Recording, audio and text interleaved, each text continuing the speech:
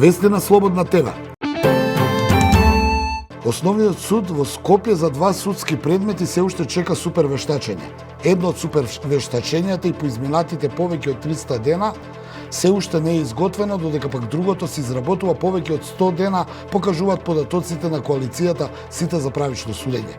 Според нив, токму 315 дена трае изработката на супервештачењето во кривичната постапка за автобуската несреќа кај село Ласкрци, која се случи во февруари 2019 година и во која загинаа 16 лица. Наредбата за супервештачење е издадена на 11 ноември минатата година. Поради ваквата блокада, судењето против шестмината обвинети за дела против безбедноста во сообраќајот во различни степени станува најдолгото судење без епилог за сообраќајна несреќа.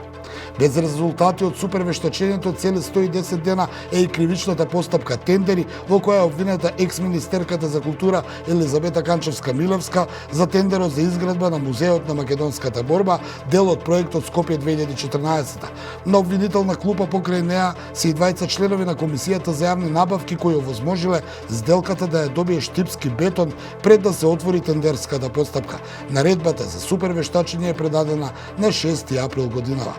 Случајот во судот влезе во 2018 година и се уште нема разврска, а барањето за супервештачење ја одоговлекува оваа судска постапка, како и за автобуската несреќа на Дурмотранс. Откако се појавија видеата со ритуалите кои ги практицира популарниот исцелител Константин Кајшаров, пастор на христијанската црква Блага Вест, и разни коментари и осуда на сеансите со кои тој со молитви ослободува од демони, од неговите следбеници и приврзаници, реагираше и Комисијата за верски заедници, која напоменува дека слободата на вероисповеди и манифестации на својата вера е неприкосновено право на секој граѓанин. Оттаму посочуваат дека доколку било кој граѓанин бил доведен во заблуда, измамен или принуден против своја волја, има право на судска заштита за своите права. Граѓанин кој има сознание пак дека некое лице извршило кривично дело или друг деликт е повикан истото да го пријави. Секој човек има обврска и можност да размисли, но и право по собствена совест да одлучи кому и дали ќе положи верба, се додава во соопштението. Расправија поради место за седење е причината за синоќешната физичка пресметка помеѓу двајца малолетници во автобус на ЈСП во населбата Кисела Вода. Како што информираат од МВР, синоќа околу 19 часот и 30 минути, во СВР Скопје е пријавено дека полициски службеник задржал две лица кои кај Стара рампа, бидејќи го нарушиле јавниот ред и мир во автобусот број 51 со физичка пресметка во која бил употребен остар предмет. Од МВР додаваат дека двајцата малолетници со посекотини на рацете биле пренесени во градската општа болница на Охридски.